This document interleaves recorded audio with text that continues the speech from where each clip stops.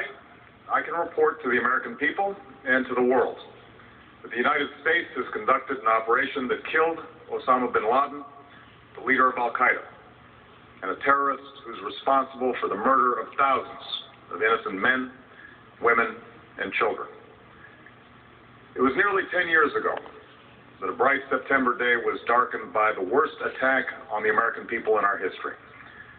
The images of 9/11 are seared into our national memory.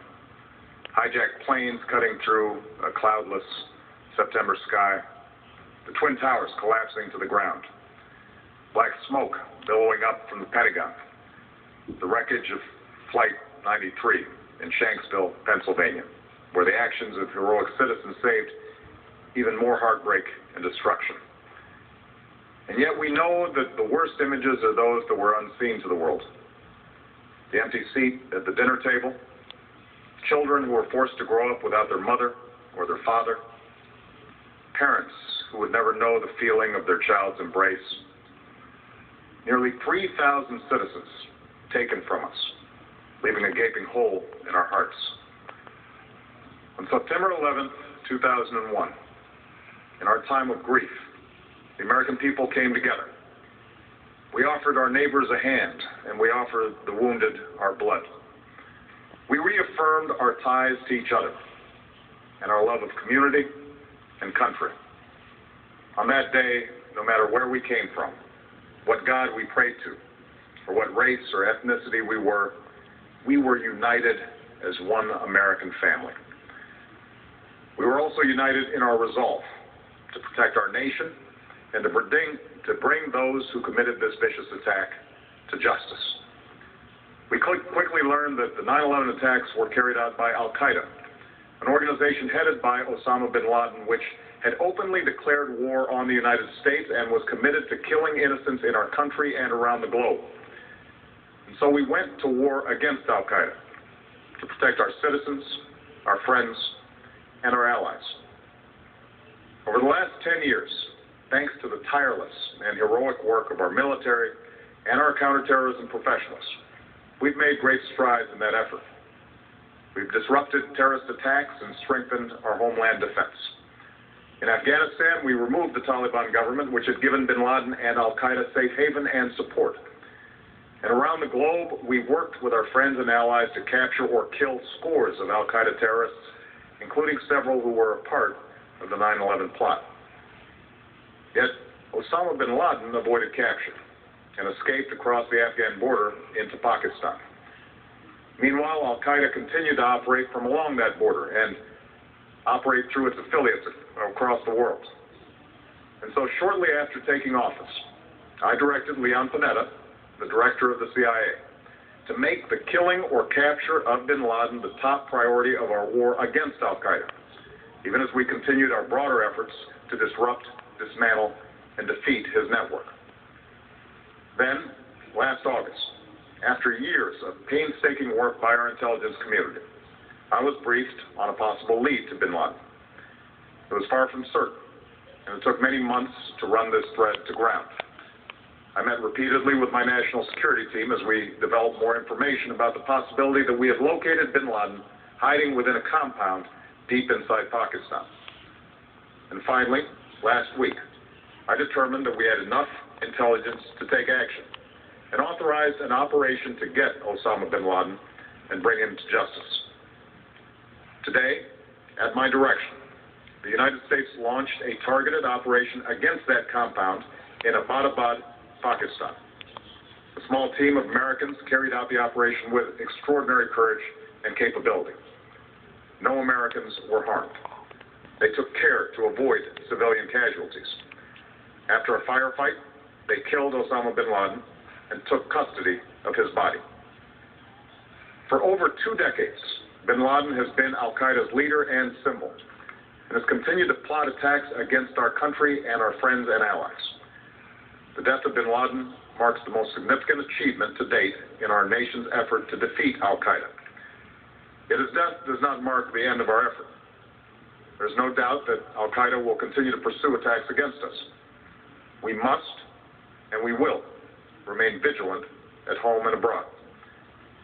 As we do, we must also reaffirm that the United States is not and never will be at war with Islam.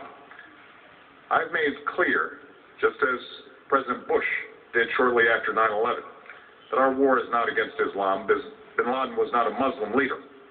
He was a mass murderer of Muslims. Indeed, al-Qaeda has slaughtered scores of Muslims in many countries, including our own. So his demise should be welcomed by all who believe in peace and human dignity.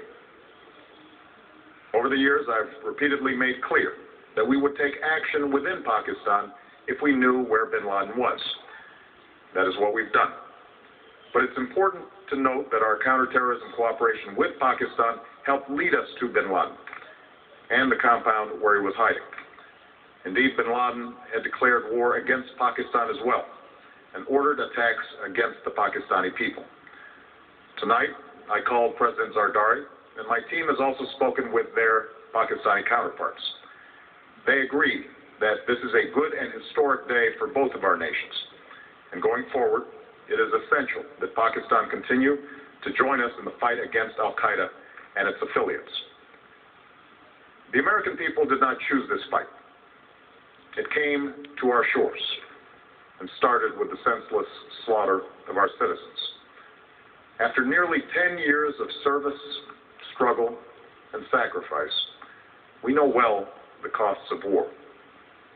These efforts weigh on me every time I, as Commander-in-Chief, have to sign a letter to a family that has lost a loved one, or look into the eyes of a service member who's been gravely wounded. So Americans understand the costs of war. Yet, as a country, we will never tolerate our security being threatened, nor stand idly by when our people have been killed. We will be relentless in defense of our citizens and our friends and allies. We will be true to the values that make us who we are.